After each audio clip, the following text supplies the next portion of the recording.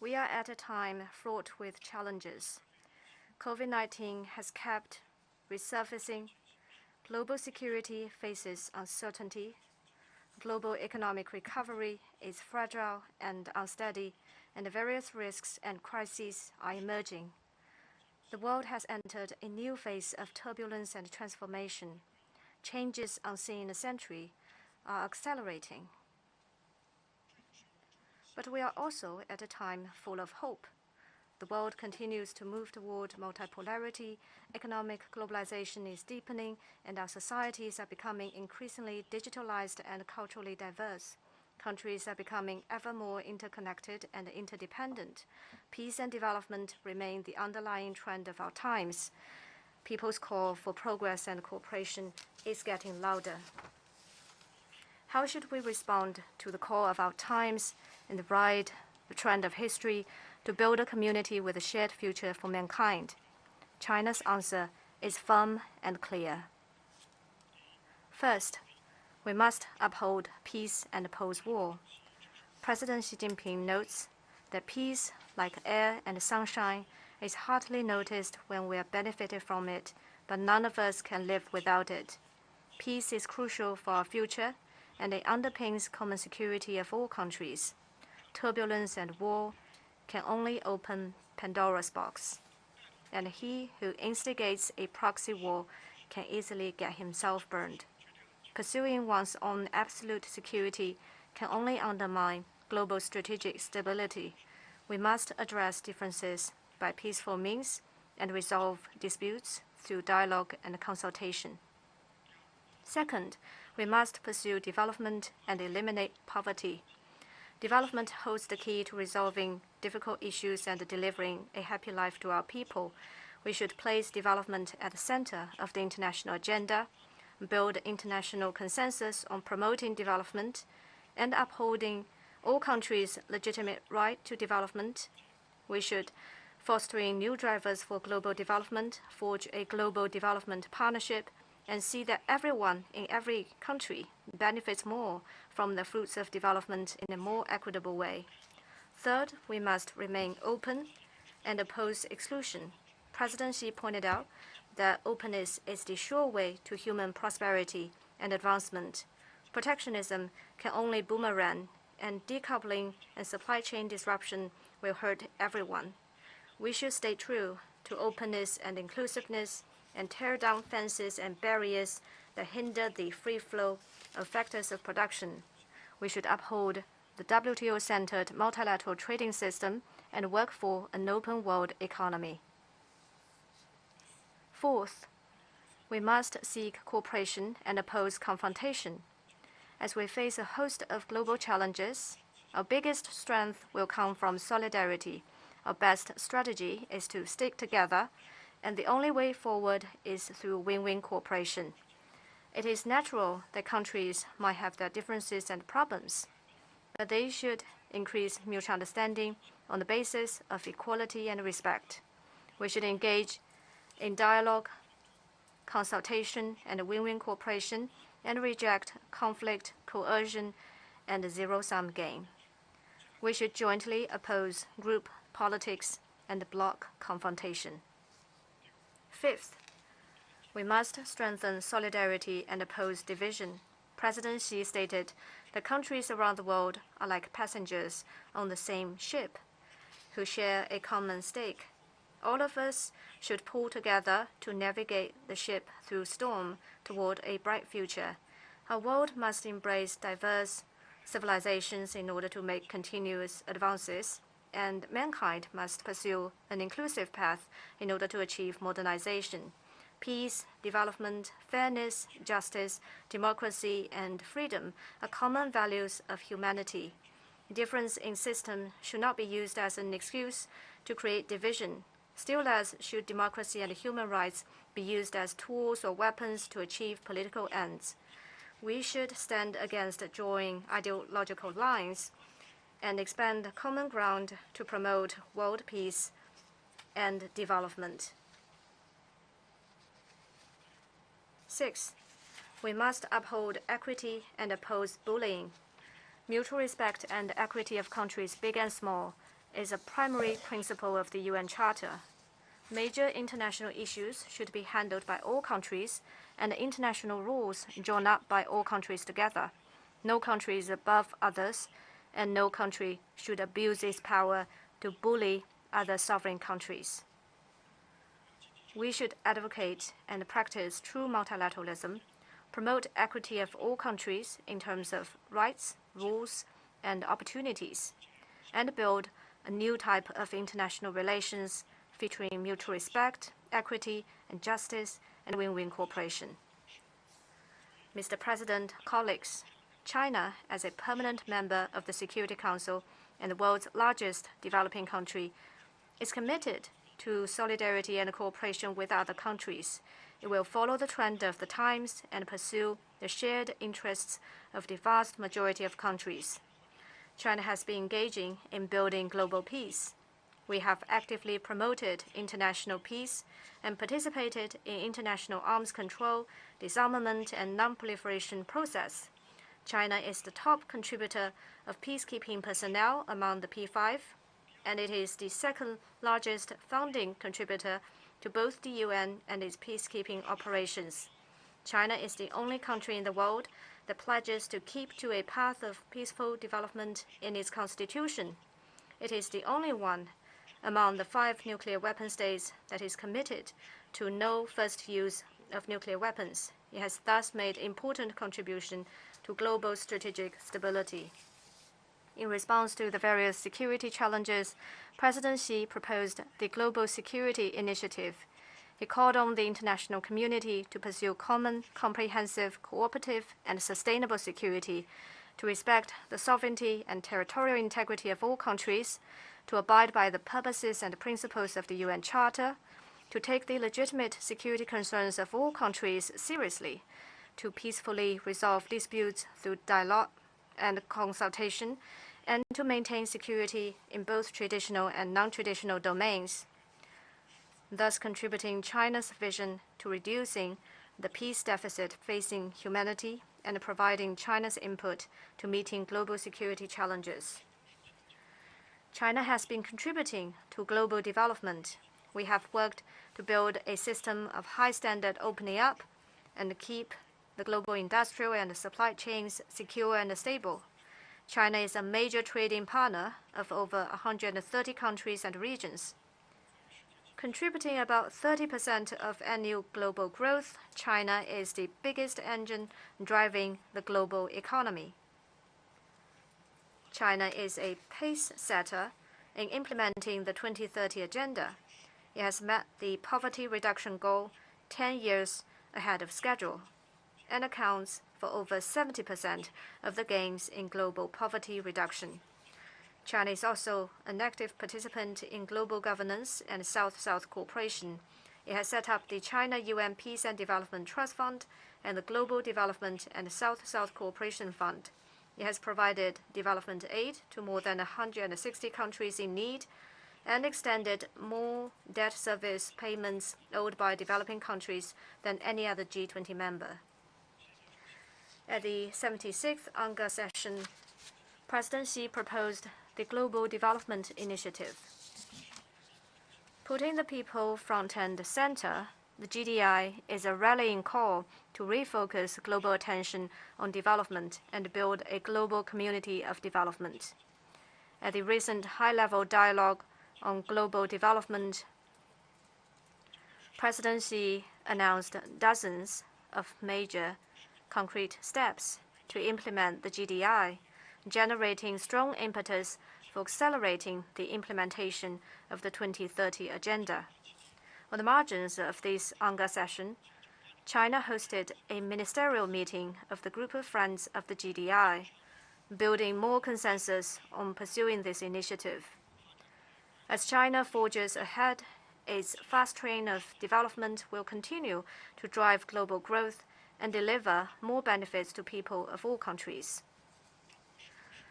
China has been upholding the international order.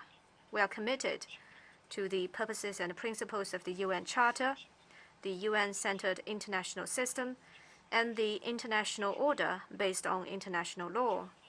China has been involved in multilateral affairs in all fields. It is a member of almost all universal intergovernmental organizations and a party to over 600 international conventions. It has concluded more than 27,000 bilateral treaties and fulfilled in good faith its international obligations. China abides by the Universal Declaration of Human Rights and has made relentless efforts to protect and strengthen its human rights. We stand firmly against attempts to politicize human rights and worked to promote healthy development of international human rights cooperation.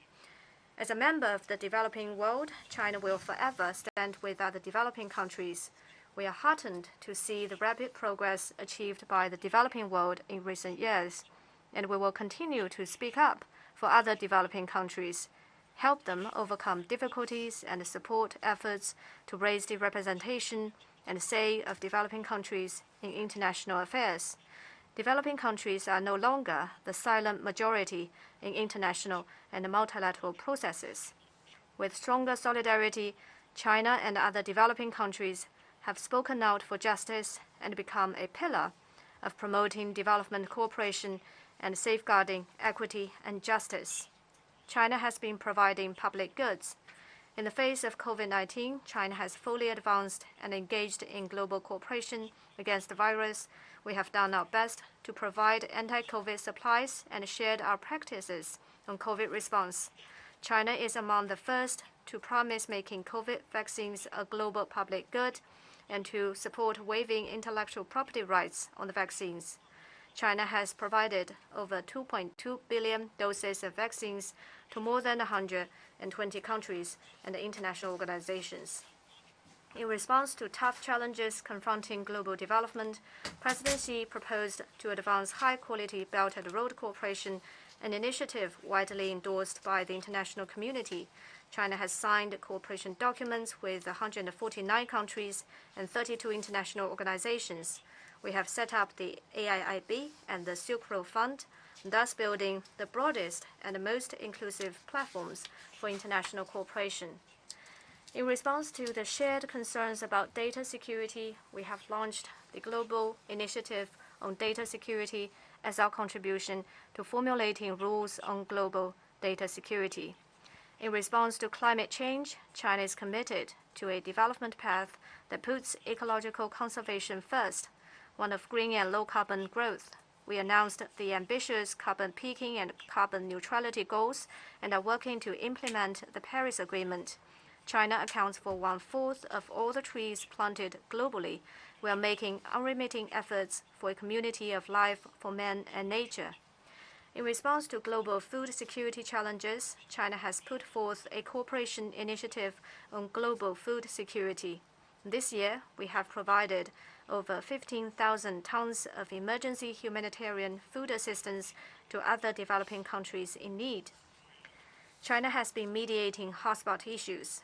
As a responsible major country, China has explored workable Chinese approaches to solving hotspot issues, while adhering to the principle of non-interference and respecting the will and needs of the countries concerned.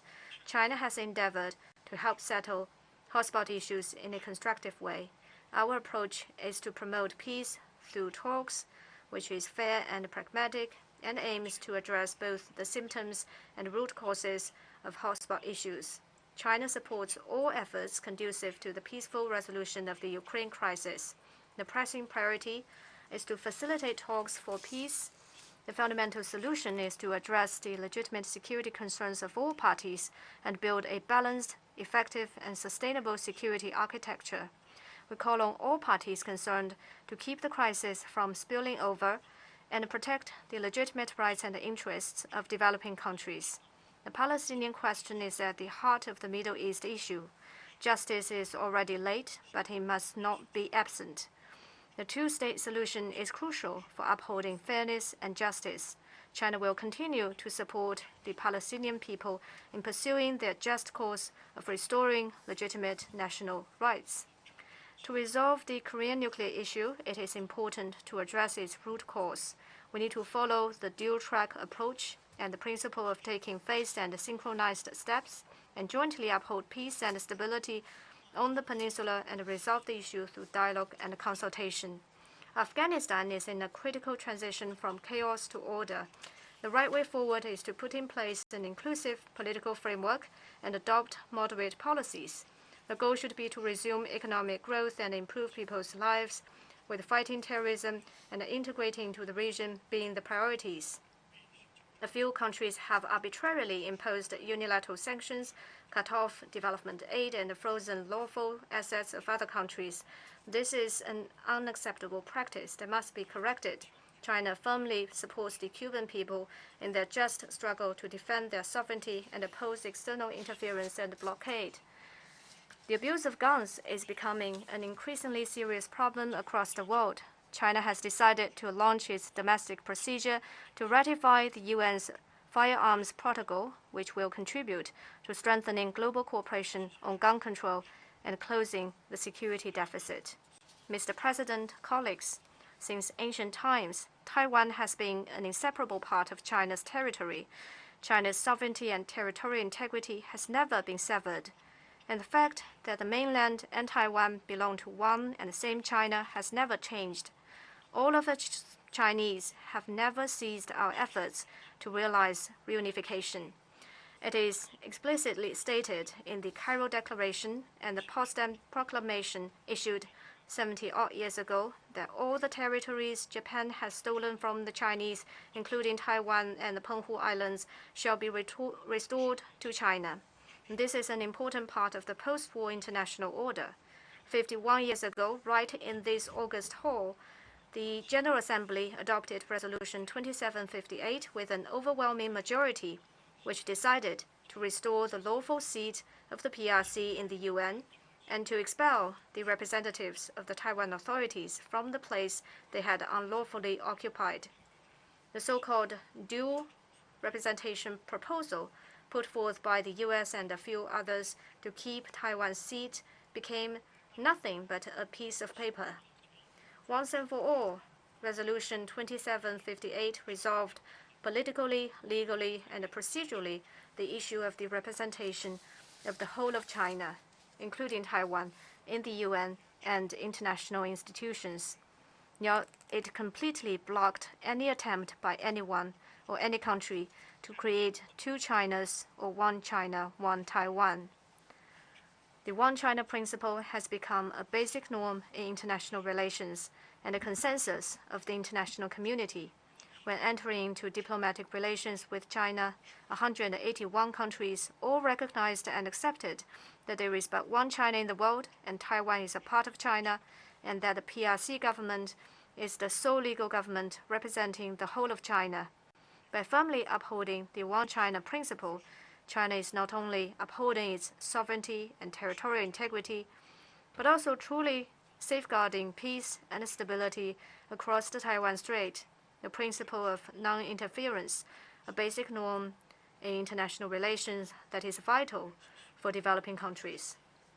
China will continue to work for peaceful reunification with the greatest sincerity and efforts. To realize this goal, we must combat Taiwan independence separatist activities with the firmest resolve and take the most forceful steps to repulse external interference. Only by resolutely forestalling separatist activities can we forge a true foundation for peaceful reunification. Only when China is completely reunified can there be enduring peace across the Taiwan Strait. Any scheme to interfere in China's internal affairs is bound to meet the strong opposition of all Chinese, and any move to obstruct China's reunification is bound to be crushed by the wheels of history. The international community closely follows China's development.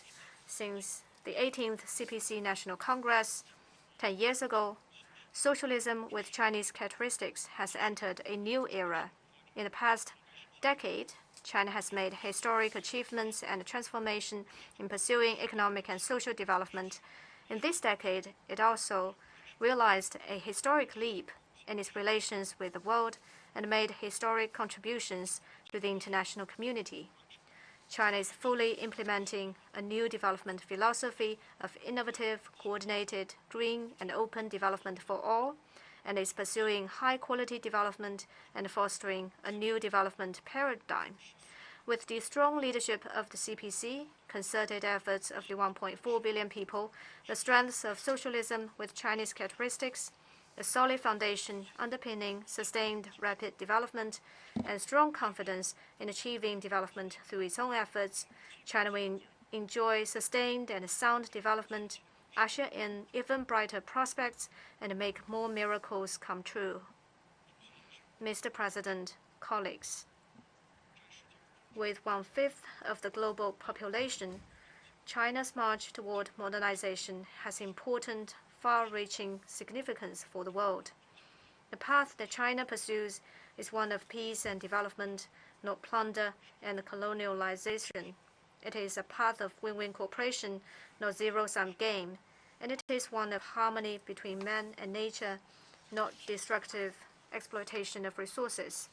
We will continue to contribute our input to meeting the challenges facing human development and make our contribution to creating a new form of human advancement. Next month, the CPC will convene its 20th National Congress. This Congress will, in response to the expectation of all the Chinese people, set well-conceived goals and tasks for China's development in the next 5 years and beyond, and draw an overarching plan for China's future development. Having reached a new historical starting point, China will follow the Chinese path to modernization to achieve its national rejuvenation. China will work with other countries to safeguard peace and development, shoulder the responsibility for boosting solidarity and progress, build a community with a shared future for mankind, and embrace an even better world. Thank you all.